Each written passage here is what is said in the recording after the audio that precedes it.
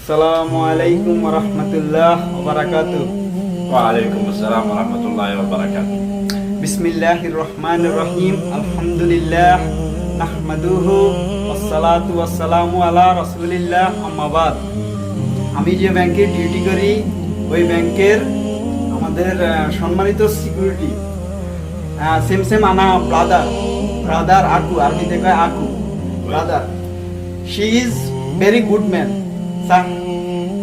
ওরে নিয়ে আমার একটা কাহিনী আছে, সেটা আজকে আপনাদের কাছে শেয়ার করব।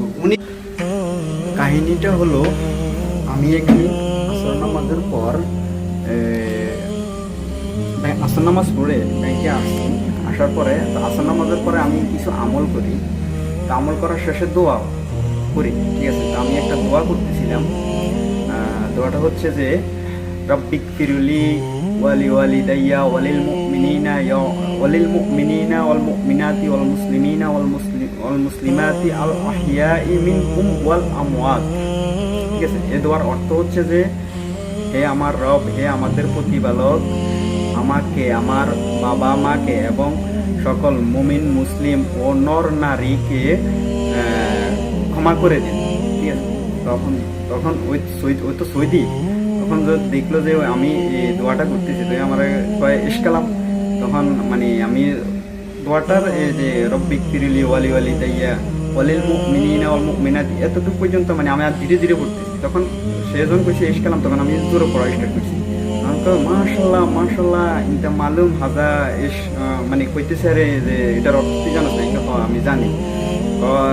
হাইয়ার হরা হে আরবিতে আবার বুঝাই দেয়। লাস্টের অর্থটা হচ্ছে যে এখন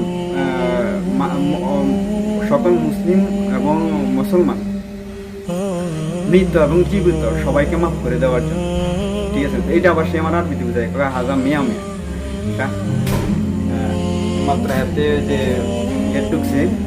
এই জন্য কইলাম আর তারা নিয়ে আমার এই কাহিনীটা সেই থেকে মানে আমি যদি না, আমার একটা অভ্যাস কি যে আমি এখন বর্তমানে নামাজ পড়ি। তো নামাজ আমি ব্যাংকে পড়ি না, খুব কম পড়ি। মসজিদে চলে যাই, জামাতে পড়ার চেষ্টা করি। তো এখন আমি যদি মসজিদে নামাজ পড়তে যাই, ওরা মানা করে না, বা দেরি হলেও মানে কোনো সমস্যা নেই। ওই সব মসজিদে কয় এরকম দোয়া করে, বুঝছেন? তো ঠিক আছে, মানে এইটাই মানে ওর সাথে আমার ঘটনা। আর ওই থেকে মানে ও আমাকে অনেক ভালো জানে, অনেক ভালো মানে করে, রিসপেক্ট করে। ঠিক আছে।